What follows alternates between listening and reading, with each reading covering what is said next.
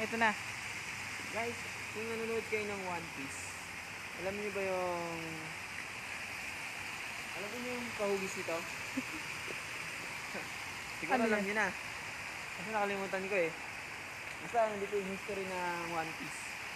Hindi lang nakasulat. I forgot what the yellow box. What the yellow box. So, bababa tayo sa ano namin, underground hagdan. Dito ba tayo daan? Oo.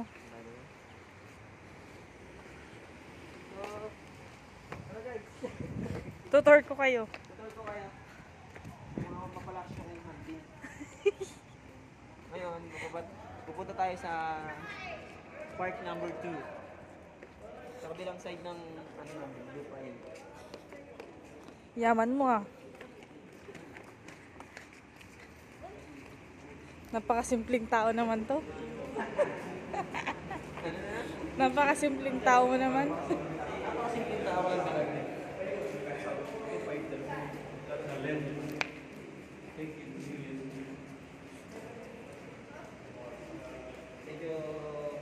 Medyo madilim. Kasi, alam niyo ba yung shooting na zombie? Nang ano? I'm the hero. Dito yun. Dito ginanap yun. I am the hero. Nakalimutan ko kasi yung sports car ko, Darren.